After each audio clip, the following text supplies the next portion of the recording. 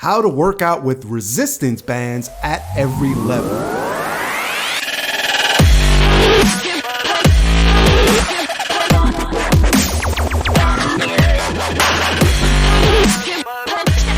Hey, what's happening? This is Isai Rodriguez, host of the Daspination Podcast, where I cater to the professional working man, 40 and above, who's looking to make positive changes to his health, lose weight, and become stronger overall through simple lifestyle changes. I'm here to share inspiration, tips, and proven lessons that I've personally learned and lived through in my 40 plus years on this here beautiful blue planet. So today we'll start the discussion off by talking about garlic for blood pressure. Is it good or is it bad? And then we'll move on to our second segment and talk about how to work out with resistance bands at every level. And listen, your health and fitness goals are easier to achieve than you might think. First and foremost, it's about getting your mind straight right from the get-go. And so I've got a freebie for you called the 10 Daspination Mind Hacks that'll help you whip your mind into shape so that you can turn around and whip your body into shape. That sounds good to you? Then get on over to podcast.daspination.com/mindhacks to get your freebie today and start using these 10 hacks to exercise consistently and create the real and lasting results that you're truly after and that you absolutely deserve. That's podcast.daspination.com/mindhacks. Again, that's podcast.daspination.com/mindhacks. Be in the know starting right now. Also, don't forget to rate me on Apple Podcasts or wherever it is that you're listening to this episode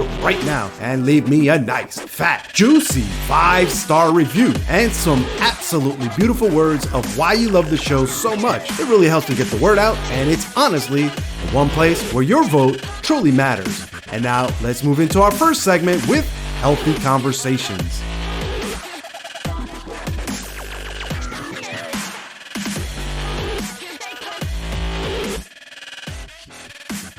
Hey, all right, so awesome. I am so pumped up today. That intro always gets me psyched out, always gets me pumped up, ready to go, and ready to kill it. So I hope you guys are doing awesome out there. I hope you guys find yourself in great health. I hope your families are doing great. I hope that the good Lord has blessed you. I hope he has rained upon you a vast amount of health and wellness and blessings from the sky and whatnot. And so what's going on? Like right now, I've been personally struggling. I've been working the past couple of weeks or so to migrate my podcast from one platform to another. So I'm changing podcast host providers. And this has been, not only has it been a learning experience, but it has been, I'm not going to say a pain in my ass, but it has definitely been I've learned a lot. Let's just put it that way. And it's been a journey and I'm enjoying it, but it's a lot of work. But that's besides the point. I'm doing all this work for you so that I can bring you more content, so that I can bring you more tips, more tricks, more life hacks, more health hacks and things like that, so that we can both together, we can make these incremental changes that'll help us live to 100 and beyond. Because I don't know about you, I'm looking to stay on this earth as long as possible. And I found, what I realized is that the only way you're going to do that is by making these changes, by turning your life around if you're not on the right path thus far. You know what I mean? So anyway, what are we talking about in this week's installment of Healthy Conversations? So in this week's installment of Healthy Conversations, we're talking about garlic for blood pressure. Is it good or is it bad? That's a great question. So first off, hypertension is a condition that affects about 1 in 3 adults in Western countries. And the worst part of this is that most often than not, you don't even know that you have it. Like, it doesn't come with a bunch of symptoms and warning signs, and there's really no red flags. Like, there's no quote unquote seeing the warning signs that your blood pressure is high or not, you know what I mean? And the real killer is that high blood pressure brings with it other stuff that you just don't want to get involved with. And it's not like the blood pressure itself being high is what kills you. I guess eventually your heart could possibly explode, I suppose, if it gets high enough. But the thing is that high blood pressure, or having that blood pressure higher than normal, it brings on other stuff, nasty stuff comes along with it. When you're at a hypertensive point, this significantly increases your risk for heart disease and stroke and other things like that. Now, medication or, drugs to lower your blood pressure usually have side effects that just plain suck. And because of this, suck, people have been showing more and more interest in potentially effective natural remedies. And to be more specific, we're talking about garlic. The stuff they tell you to hang around your neck to keep the vampires away, the stuff that you use to possibly cook every day. But is garlic actually safe? And is it actually an effective way to naturally lower your blood pressure? That's what we'll be getting into today. So let's do this, So what does garlic do to your blood pressure? Or better said, how does it affect your blood pressure to begin with? Because this is a vegetable that's been used as a natural blood pressure lowering remedy since God knows when, since forever. And as it turns out, some recent research shows that it's been used for so long for good reason, So it appears that garlic is in fact a very effective remedy against high blood pressure. And some studies have actually gone ahead and reported garlic to be as effective as standard blood pressure lowering medications. Imagine not having to take your prescribed blood pressure medication, instead replacing that with garlic supplements or something. The best part of it is that they say that it has the same effect, but with much fewer side effects. So how awesome is that? Again, think about that. And they also found that garlic's blood pressure lowering effects seem to be universal. So what that means is that these blood pressure lowering benefits, they appear to be greatest in people with elevated blood pressures compared with those with normal blood pressure, but it's still benefiting to all. So for me, this begs the question, how is it that garlic can do that? What is the science behind it? How is it that garlic makes your blood pressure go down? What's the magic behind it? So I have tons of questions always, and I like to find out the answers, and I bring them to you. So first off, there's something in garlic called allicin. This compound, this allicin, is the main active compound or component in garlic. Now, the doctors who are conducting these studies, they see the results, they see the results. The numbers don't lie, And what they conclude, or what they believe, is the reason behind the power of garlic in being able to lower blood pressure. They believe that it's this allicin, this compound, that's largely responsible for garlic's almost magical powers in lowering blood pressure.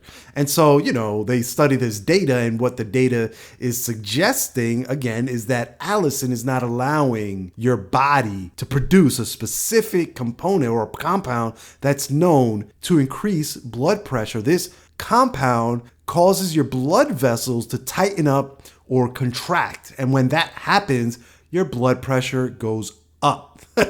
So naturally, if garlic is not allowing this compound to be produced, then there's going to be, less of it in your body.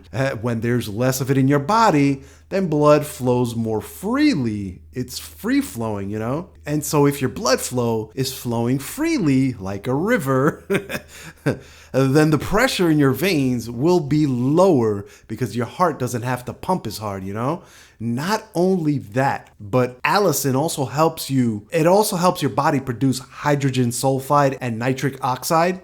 It helps make it available for your body to use as needed. These two compounds are critical for regulating blood pressure levels. And then there are the anti-inflammatory and antioxidant properties of garlic. So it's believed by the experts that these properties help contribute to its ability to reduce or help prevent rises in your blood pressure levels. And here's the beauty of all these benefits is that garlic is generally considered safe. Like I mentioned earlier, it's been used for ages, thousands and thousands of years. And so side effects in the past have been rare, like you barely hear of any of type of side effects coming from garlic or the use of garlic for blood pressure. And of the side effects that have been recorded throughout time, it was most likely because the garlic in question was eaten raw. But as far as aged garlic extracts or garlic powder supplements, well, there just haven't been any major reported side effects. So essentially these powders and extracts, they appear to be totally harmless. But all in all, raw garlic, garlic powder, aged garlic extracts, or garlic oil, they all appear to help lower blood pressure. And now in terms of quantity of how much is enough to make a difference in your blood pressure, so what's been found or what's been noted is that, the effective dosages range anywhere from 12.3 milligrams per day to 2,400 milligrams per day for a 2 to 24 week period, depending on the form taken. So again, depending on whether you go with the raw garlic versus the powder versus an extract, whichever form that you decide to go with, you're looking at a possible effective dosage of anywhere between 12.3 and 2,400 milligrams per day for 2 to 24 weeks. And garlic is great and all, but it's not the only natural blood pressure remedy, not by a long shot. I mean, yeah, garlic is great for lowering your blood pressure, but there are other natural foods or supplements you can add to your diet that will help just as much. And the reason I bring this up is, number one, heart disease is the number one killer for adults in the US, and high blood pressure is what causes heart disease. Number two, it's important for you to understand the facts on how serious of an epidemic this is and what you can do, what you can do to mitigate your risk of dying prematurely. And number three, it's good to have options when choosing what best works for you. And you know me and my options. I love having and giving options. Variety is the spice of life, and what works for me may not necessarily work for you. So we all need options to work with. You understand? We, like the human body, no human body is alike. There's no 100% one-to-one clone out there, no matter what anybody tells you. So anyway, I've got a little list here of other vitamins and supplements that have been proven by science and research. I'm not just talking out my ass here. These vitamins I'm about to share with you are known to treat hypertension, and it's supported by a large body of evidence. Are you ready? Got your pads and pencils already out there? If yes, drop it in the comments. Let me know that you got your pads, your pencils, and that you're ready to go. Actually, I think I'm going to start raffling off prizes or something for those of you that actually start commenting, because I get a lot of private messages and I appreciate that. I really do. But it actually helps me more if you comment publicly. But that's besides the point. I know you're out there listening, so to incentivize you all, I'm thinking of entering people into a raffle if and when they comment. But that's besides the point. Hope you're all ready. I gave you enough time. I did a little babbling there for you so that you can run off and grab your pen and paper. So I hope you're ready, because here comes the list. So we've got, I'm just going to rattle them off. I'm not really going to go into much detail, but I want you to have this list with you just so that you understand that there are other supplements, other things, other foods, other nutrients that you can put in your body to help lower your blood pressure. So we've got whole grain, we've got vitamin C, we've got probiotics, we have coenzyme Q10, aka CoQ10. We have potassium. We have long chain omega-3s. We have vitamin E. We have ginseng. We have 100% beetroot juice. And I've taken quite a few of these in the past for various reasons. And then later on, I realized like, hey, these have, these are really recommended for lowering your blood pressure. So good things to add into your diet. Again, let's do that again. Let's run through this list again. We said whole grains, vitamin C, probiotics, CoQ10, potassium, long chain omega-3s, vitamin E, ginseng, and 100% beetroot juice. That last one, the beetroot juice, has to be 100% beetroot juice. Like if you get the liquid, I should say, because you can go to like a market of some sort, like one of those natural markets, and get beetroot juice, but just make sure that it's actually 100% beetroot juice, like not added. It's not made from concentrate, nothing like that. Now, this is not the golden list. This is not like, there are more things out there, more supplements that you can add to your diet, but you get the point. These are like, I don't know, how many are these? 1, 2, 3, 4, 5, 6, 7, 8, 9. These are like the top 9, I suppose. I ramble on about these in my VIP community from time to time. So many benefits. It's not even funny, but there you have it, Now, that being said, it's always best to consult your doctor before adding any dietary supplements to your diet. You've been disclaimed. But really, take this stuff seriously because it really is serious. Death by heart attack or heart disease is not a joke. It's no laughing matter, my friend. So keep an eye on your blood pressure. And if you see that you need to add some supplements to your diet, or if you're noticing, it's looking a little high today, then just know that you have a whole repertoire of vitamins and supplements, including different forms of garlic, as we're talking about here, that you can add to your diet. And here's the bottom line with all this, is that garlic is a safe and effective natural blood pressure lowering remedy. It can be taken in different forms, including raw garlic, garlic oil, aged garlic extracts, and garlic powder supplements, And if you decide to add garlic supplements to your diet, just know that you'll need to take relatively large doses.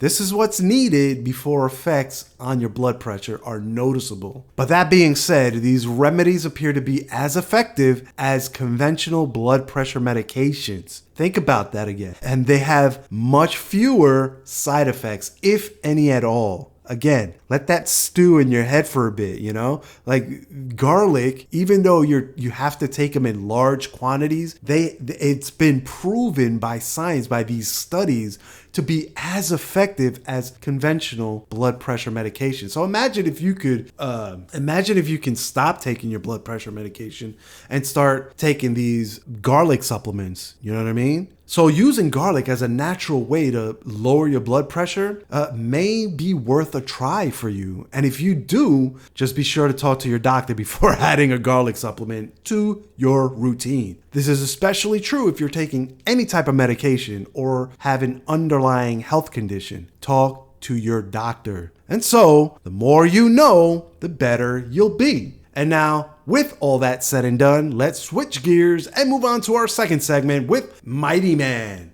Oh yeah. That's a really important topic to be discussing is this issues with blood pressure. I see it all the time. I hear it all the time. People out there in forums asking like, what can I do about my blood pressure?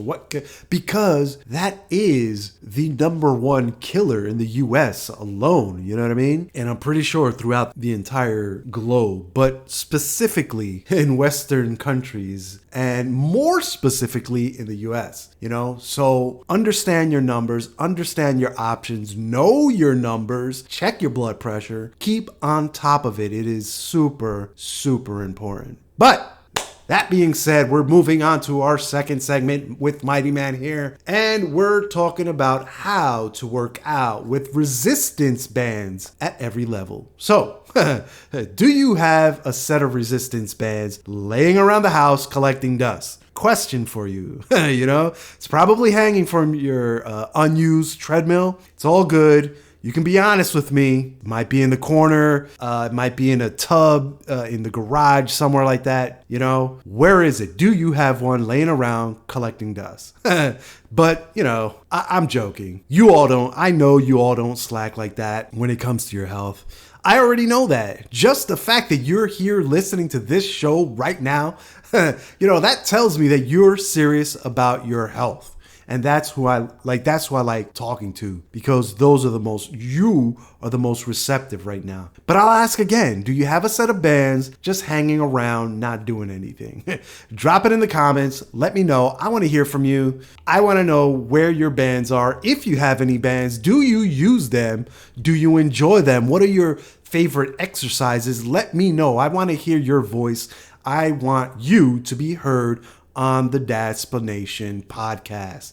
But anyway, as far as investing in at-home fitness equipment goes, you really can't go wrong with a good set of resistance bands. They take up zero floor space, basically. You can shove them under the couch if you want. That's not a good location for them, but they really don't take up that much space. They can totally be used instead of weights to work nearly every muscle in your body. But once you've got a set of bands, we still have the answer to the question, how the heck do you decide which one to use for a given exercise in your resistance band workouts?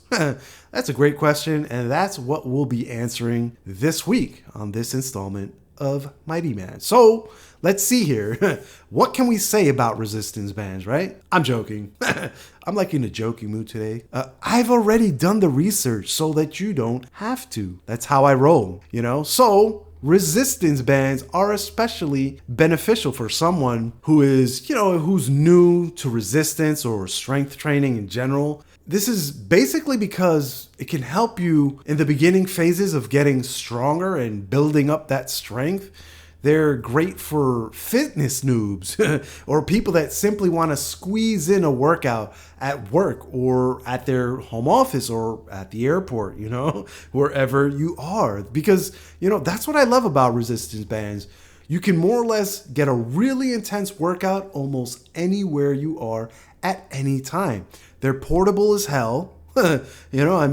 You can fit them in pretty much any gym bag or backpack or man purse for that matter. They're good for fitness noobs because since bands rely on resistance and not added weight, they can help to prevent a fitness newbie from doing too much too soon. But even though it prevents them from doing too much, it still provides a super challenging exercise. It still gives them a nice little challenge to their muscles, And the beauty of using the bands for someone who's more experienced is that bands can help them create better muscle activation prior to a strength training session. So if you're using them to kind of warm up, it'll activate your muscles a lot better when you're going to go into that strength training session. So better activated muscles mean better lifts. Now, who wouldn't want a better lift? Can I get a hell yeah down in the comments? Because when you lift better, you get more out of your lift. It's like the whole more bang for your buck saying, you maximize the effectiveness of each lift to make bigger and better muscle gains. And now, as a general rule of thumb, the bigger the muscle you're working, the heavier the band you should be using. Bigger muscles require more of a challenge, you know what I mean? So you're not gonna make the gains you're looking for if you're lifting feathers, right? You know what I mean? You need to challenge yourself. And the bigger the muscles you're working, the heavier the band you should be using. This means that exercise moves that hit the smaller muscles in your upper body, like your biceps and triceps, you'll want to use your lighter bands for these muscles. But if you're planning on hitting your lower body where most of your biggest muscles are, then you're going to want to challenge yourself with heavier bands. And of course, as you get stronger, feel free. Literally, you have the freedom to level up as you see fit. And now, with that in mind, let's talk about the best trainer-approved moves for every band in your collection. So let's start with the light bands. And as you know, as a side note, as an FYI, most sets come with a light, medium, and a heavy band. So with the light bands, we've got push-ups, single arm rows, and tricep pulldowns. And so you can see how with the light bands, we're basically hitting the arms and upper body. So let's go with the first one. The first exercise we've got are push-ups. How do we do push-ups with a band? Question for you, right? I'm gonna get you thinking. I'm gonna have to start throwing more questions at you to get your brain thinking, to get those mental juices running. So how do we do push-ups, with a band? This is simple, actually. You start off by getting into a push-up position. We all know this position. It's simple. You know, the general premise of a plank, when you start getting to that push-up. Now with the band, you're going to wrap the band around your wrists and keep your hands planted slightly outside of your shoulders. That's the key there. Now the band is going to go from one palm to the other after you stretch it behind your back. Make sure the band goes under your arms and around your back before you grab the band in the opposite hand. You're aiming for the band to be about an inch or two below your armpits. That's like the sweet spot right there. Now, and the reason we do that, I had a trainer explain this to me, like, why do we go underneath the arms rather than over the shoulders, right? And this is simple. If you think about it, if you're in a push-up position and the band is around your neck, or not around your neck, but around your shoulders and holding you down that way, if that band unexpectedly slips from that, like from your shoulders, the only place that it's gonna go is that it's gonna snap right down to your neck. And think about it. If you like the first set, you might be fine, but that second set and the third set, you're going to start working up a sweat, right? When you start sweating, that band is going to get slippery.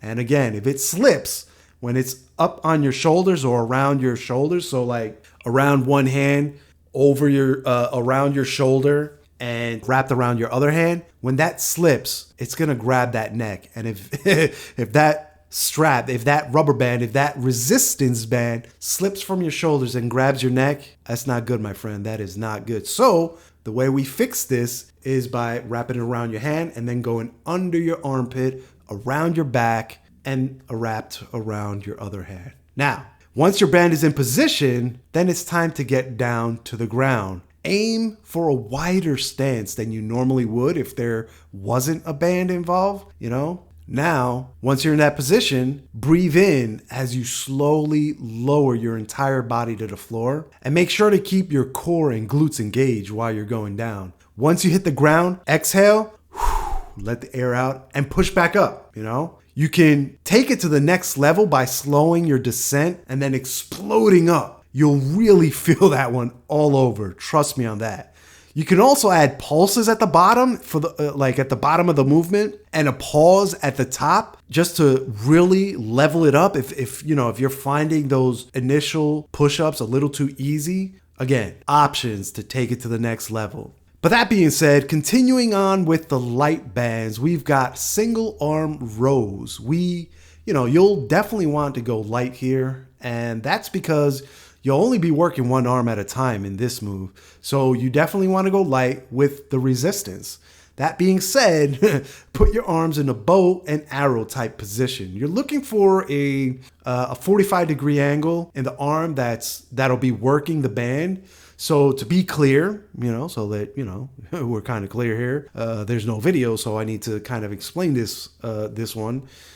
One arm will be remaining still, sort of like an anchor. Like think of that one arm being an anchor, while the other arm will be working, pulling the strap or the resistance band back. So say you have both arms up out in front of you at shoulder level and you've decided to work your right arm, right?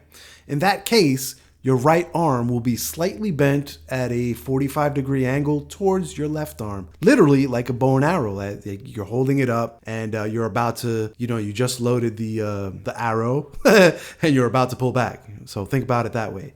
And then keep this in mind. You'll want to make sure to lock both hands around your band and make sure that you have a nice good grip on that, especially the one that's acting as the anchor. Keep your wrists straight and exhale as you bring your working arm all the way down to your rib cage. Do 10 to 15 and then switch sides. Once you start building that resistance strength, then you can upgrade your anchor to, let's say, a door or some other object that'll hold the weight as an anchor. It's great exercise, and it hits quite a few different muscles in that upper body. Moving along to the third lightweight band exercise is tricep pulldowns. This is another super simple exercise that'll give your arms, the triceps to be exact, it gives them a nice little burn. So with the tricep pull down, what you're gonna do, you're gonna start in a standing position, stand up straight, with your core engaged and your elbows squeezed towards your rib cage. Place the band around your hands with your palms facing down. Bend your elbow to hold one hand toward your shoulder and use the other hand to push down on the resistance band toward your hip. So you're pulling down towards that hip, keeping the elbow in tight. You follow me? Now, the key here is that throughout the whole movement, you'll want to keep your elbows in tight to your rib cage. And then as you pull the band down, you'll want to pull the band apart as far as you can. And that's it. There's really nothing to this exercise, but let me tell you, 10 to 15 reps of this exercise done slowly, you're going to feel the burn. Trust me on that. and there you have it. That'll do it for the light bands. So now let's talk about the medium bands now, right? And if you remember, as we go up in the bands, we'll be working bigger muscles or targeting, the larger muscles in your body. So let's get right into it. The first medium band exercise to get you ready for the upcoming beach season is a leg raise with a split. So for this movement, we'll be on our backs. So start by lying on your back with the resistance band around your ankles. Keep your legs straight and engage your core to pull them up in the air. Once everything is locked in and then you lift your legs towards the sky or the ceiling, I like to think of the sky rather than the ceiling because it's more empowering and really gets you through those tougher workouts. But anyway, legs off the ground and in the air. And what you're looking for is to create a 90-degree angle with your body. So when you get your legs to the top, then pull them apart into a split to get an extra burn in your outer thighs. Now, I say into a split, but obviously you go as far as you can. The bands aren't going to let you do an actual split, but that's besides the point. Do that for 10 to 15 reps and your set is done. And now keep in mind that I'm giving you individual exercises, not a workout per se. These are all movements that you can kind of sprinkle into your existing workouts, or if you're trying to put together a workout that you can add these in, you can just kind of sprinkle them in. Or if you're like, what do I do here? What do I do this? Okay, well, what are you trying to achieve? What are your goals? They're really good options to target the different goals that you may have. So there you go, But that said, next up is the plank with foot taps. So with a band around your ankles, walk out into a plank. Again, nothing really to explain here, but to have the band around your ankles and you're in a plank position. So by the way, this is another simple exercise. If you haven't noticed, I like to keep things simple. And I'm talking about what Fisher-Price is to toys or what Apple products are to technology, simple. So simple that even a baby can do it, that's what I'm talking about. And so again, bands around your ankles and make sure to keep your core and glutes nice and tight and engaged. This will make your body as straight as possible. So let's think about keeping a straight line from, the top of your head to the bottom of your feet. And to do that, glutes and core super tight and engaged. Once you've got that locked in, then tap one foot out to the side at a time. As you tap, you'll want to stabilize through the center of your body to avoid any hip rocking. You want to essentially keep your hips as parallel to the ground as possible. Then just count out 10 to 15 right foot and 10 to 15 with your left foot. Ultimately, you want to alternate, so one to the left, then one to the right. That's one on each side, you follow? So one to the left, one to the right, that'll be one. Or you can do 1, 2, 3, so on and so forth on the left and then to the right. Ultimately, you want to alternate, one to the left, one to the right, and there you have it. It's that simple. Easy move, but super effective, especially with the band around your ankles. You know what I mean? And so next up, we've got bicycle crunches. I really like this one because it hits the core really good. You hit like those obliques extra hard by lying on your back, placing a medium band around your feet, and then raising your legs to a tabletop position. Now, with your hands behind your head, kick one foot out in front of you and crunch up through your obliques to bring your opposite knee and elbow to touch. Follow me? And here's the trick with this movement or exercise is, so depending on the type of band you have, you might want or need to loop the band around your foot so it holds better, obviously. So rather than simply taking the band and putting it around your, one foot and then the other, you'll want to loop it around one. So go once around your left and then go once around your right. So it kind of keeps it a little tighter, and it also keeps the bands from slipping less, so it has that little bit more contact with your foot, I suppose. And this will feel challenging at first, but that's the point, You want to make small progressive improvements every day. Also, as you move through the movement, you'll build up momentum and it'll get easier as you go along. Eventually, you'll start to be able to kick faster as you build some momentum. And it's kind of like a train that's taken off from a standstill. It's slow at first as it puts maximum power to the rails, and then as it picks up momentum, it starts getting faster and faster, Well, unless you're riding the New York City transit, like the 1 train, the 8 train, them things take off like a bat out of hell. In that case, maybe we can think of like the New York Waterway or the Staten Island Ferry. That's probably a better analogy. But anyway, that's it for the medium bands. So if you're following along with your bands at home, then you can drop those off to the side and pick up your heavy bands. These are usually the thickest bands in the set, usually black or dark blue in color. So we'll grab these bad boys and go through some of the heavyweight exercises in this set of recommendations. The first heavy band movement is Sidestep Squats. I mean, we can't talk about heavyweights without talking about squats, right? So let's get into it. Start off by putting a set of heavy resistance bands around your ankles. By the way, this is a great way to up the ante on any type of squat you take, like to take it to the next level. So again, start with your band around your ankles and then step one foot out to the side. As you step to the side, lower down into a squat position. And of course, let's not forget your form. Keep your chest up, your core tight all throughout the movement, but especially when you're down in the squatting position. Try to get your butt as close to parallel to the floor as possible. As close as you can, That's the ultimate goal with each squat movement. And when I say parallel, quote unquote parallel, what I'm referring to is that that 90-degree angle in your knees. Now, after you hit the bottom of the squat, drive through your heels and return to a standing position. And so if you're following me here, that was one side. We've got to repeat it on the other side. Same with the foot tap planks. One squat to the right and one squat to the left. That's 1. So you can either count it as 1 and do 10 to 15 or count them individually and go for a 20 to 30 count. So totally up to you. I find that depending on the day, how I feel, or if I just want to challenge my brain a little, I'll either count 10 or 15 or 20 to 30, depending, again, how I feel. I'm a little wonky like that, I mean, at the end of the day, it's the same amount of work. It's just counted differently. So that being said, let's get in gear and hit up heavyweight exercise number 2 with kickbacks. This is another excellent move and one that'll light your glutes on fire. So I hope you're ready for it.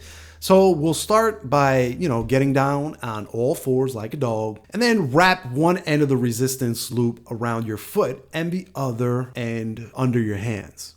Pretty simple to set up and super effective exercise. So while you're on all fours, raise your leg straight back and up as far as it'll go. Again, form.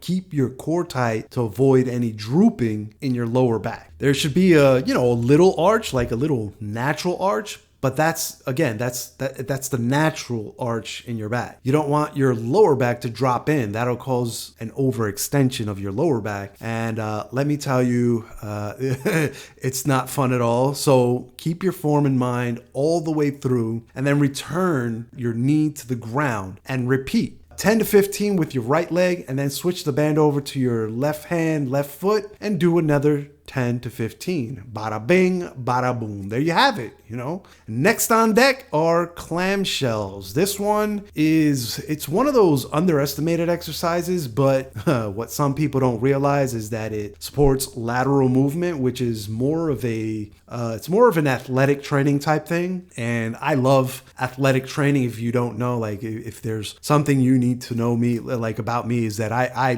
personally love athletic training. I'm not too big on simply lifting heavy things up. I like there to be a purpose to why I'm lifting things a certain way, like a strategy almost, because I like to make it a game almost, so and I find that with athletic style training, I get that playfulness with it, the workouts, the exercises almost feel like I'm 8 years old at the park on the jungle gym or monkey bars, like that's what it feels like. So it helps me enjoy my workouts better, and generally being more athletic, in general, like this helps in all sorts of daily life, like all the twisting and turning, squatting, bending, things like that. Like that's where athletic training comes into play. Actually, there was a program that I was going through back on the East Coast that I really enjoyed, called EP training or explosive training. And this is exactly the type of shit that I love. It pushes you to absolute exhaustion, and it really gets you into tip-top athletic shape.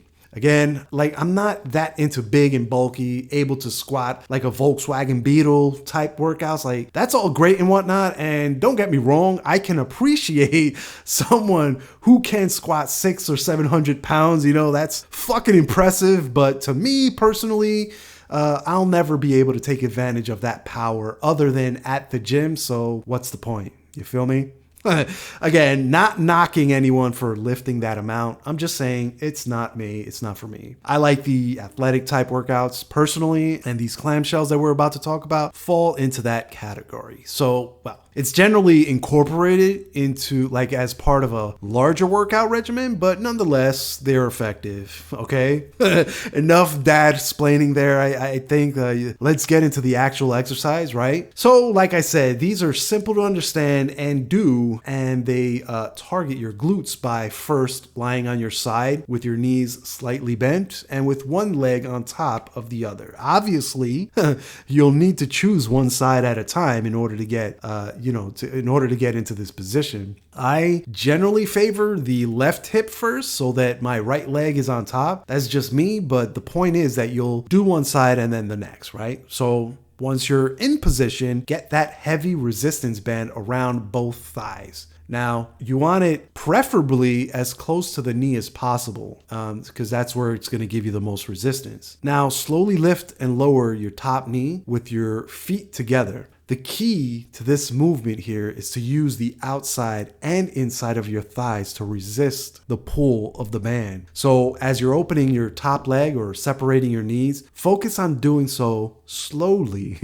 By focusing on it this way, you force yourself to control the movement with your outer muscles. Now, do the same as you bring your knees back together. Focus on controlling the movement, making the movement slow and methodical. This focusing, it's going to help you use the inner muscles of your leg. Again, 10 to 15 on one side, flip over, 10 to 15 on the other, and there you have it. That's basically it. Easy peasy. 9 absolutely amazing, simple exercises for each resistance level, for each band in your toolbox. Like these 9 exercises can be sprinkled into other full workouts if you have, or you can Lego block a workout that fits your needs with all of these exercises. And if you're wondering what I mean by Lego block, I literally mean just like you'd build something out of nothing with Lego blocks. Like each of these exercises can be used as a component, as a block to build a full workout out of nothing.